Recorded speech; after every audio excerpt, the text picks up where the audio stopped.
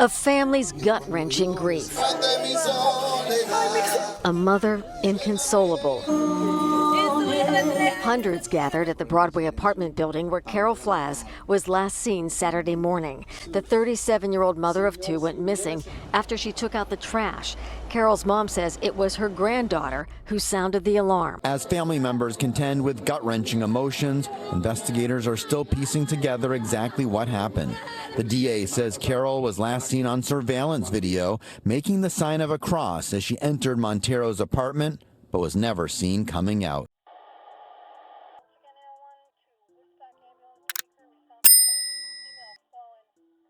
Today, we will shine light on an unfortunate situation that took place in Lawrence, Massachusetts, where a man who portrayed himself as a good person turned out to be nothing but.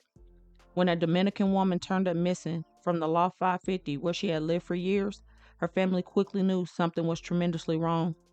What was supposed to be a quick run to throw out some trash turned into a community search to find the 37-year-old mother of two and bring her back home. The horror of everything for the Flaz and Burgos family all started on August 31st, 2024. Carol Flaz and her children were in their unit having a normal Saturday morning. Video footage will show Carol leave out of her unit, and allegedly after she threw out the trash, she headed to a neighbor's place. The exact time was not clear, but it was that same morning. Before entering the neighbor's place, Carol was seen on camera making a cross sign, Father, Son, Holy Spirit across her chest for a blessing, and then she went in. Sadly, that was the last time she would be seen alive. From that moment going forward, she also was never seen coming out of the neighbor's place, making matters even more concerning. On that very morning, after she did not return home, her 9-year-old daughter called her grandmother around 9:30 a.m., scared, saying that her mama had been gone for about 3 hours, and her son would call for help. The kids had every right to be concerned because their mother had never left them like that, and again, she was only supposed to take the trash out. This was the first indication for the family that something was not right. Going back to the male neighbor's home where she entered, his name was Cristian Montero. He was seen about 2 hours after she came over, exiting his place, pulling a wagon behind him that was filled with clothes. At the time of all this was happening, it was not yet known that she might possibly be in trouble because her daughter did not call her grandmother until around 3 hours after her mother was gone. Also, during this time, no one has seen the camera footage, so it was not clear to anyone where she would have been. After family and friends got the word that she did not come home, they quickly began to search for her. However, no one in their wildest dreams would be prepared for where this missing person investigation would lead. Carol was said to be a very personable and friendly lady. She loved helping others, and she showed that through her daily work as a home health aide for Best Home Health, taking care of the elderly. She was an outstanding worker who truly cared for others, and all her clients had a deep admiration for her as well. Outside of work, her 11-year-old son and 9-year-old daughter were her entire world, and she also had an 11-year-old brother who was a special part of her life too. I'm sure her son and brother, being the same age, are not only uncle and nephew, but they are the best of friends. Family was a big deal for Carol, and her parents loved her beyond measure. So when she went missing, nothing was adding up. Everyone who knew her, plus others in the community, helped look for Carol, with minutes turning into hours and hours into days, and concern of her well-being intensifying daily.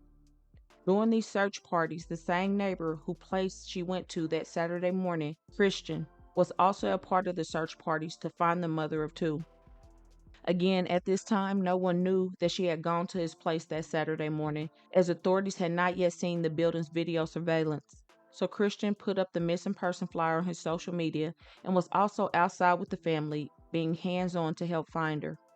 As authorities combed through leads, they gained access to Carol's cell phone and determined that her phone last pinged in Havers Hill, about a 12-mile drive from where she lived and was last seen. Also during that time, authorities got a hold of the apartment building video surveillance and combed through 15 hours of video. This is when the pieces started to come together. Carol was seen sending a text and making a cross over her chest before going into Cristian's, who lived in the same building. Then 2 hours later is when he is seen coming out of his unit, pulling a wagon behind him full of what appeared to be clothes. Detectives began to look into him as Carol was never seen leaving his place, and when they checked his phone records, his phone also pinged at the same time as Carol's did in Haverhill. On the evening of September 3rd, 2024, a search led to a wooded area near Winkenny Castle beside Canosa Lake in Havershill, where tragically Curl's body was found by a Massachusetts State Police K-9 unit. The area she was found was a nature reserve, and her body was buried beneath a pile of leaves where her phone had pinged.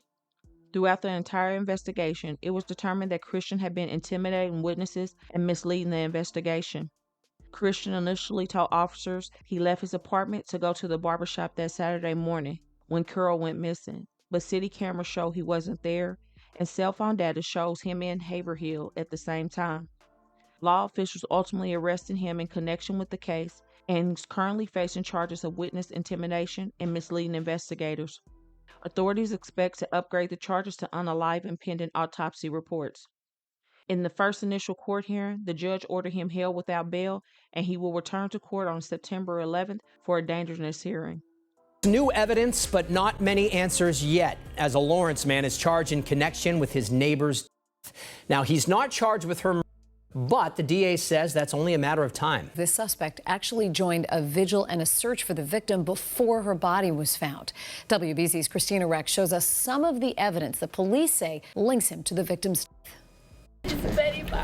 Family of Carol Flaz heartbroken as they pack the courthouse to learn what happened to her. Next matter we have is Cristian Montero. Police believe this man, Cristian Montero, was involved in her death. The two lived 2 doors apart at this Lawrence apartment complex. Early Saturday morning, the beloved mother went missing, leaving her kids at home. Investigators say she left her keys and purse on the counter and walked to Montero's apartment. She appeared to be texting, making the sign of a cross when she entered. 2 hours later, they say surveillance shows the defendant, Cristian Montero, to be leaving the apartment complex with a wagon, a beach cart that appeared to be filled with clothes.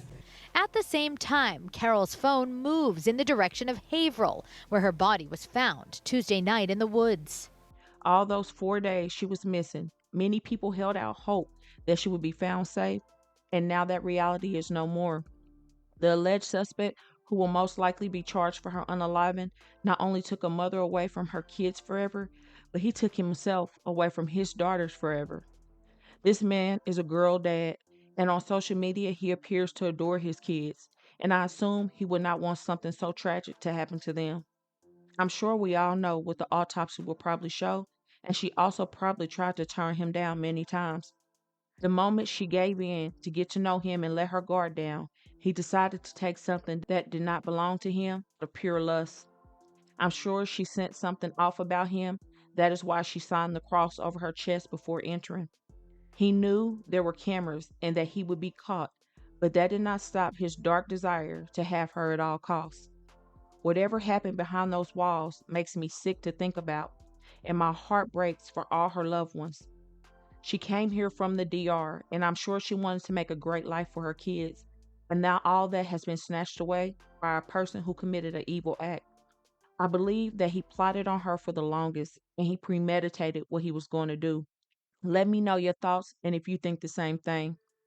I truly pray that justice be served for this family that is hurting tremendously, and my thoughts are with you all. So please don't forget to comment your thoughts and prayers for this family in their difficult time. And hit that like button and share to make your people aware. And as always, remember to stay woke. Things change quickly.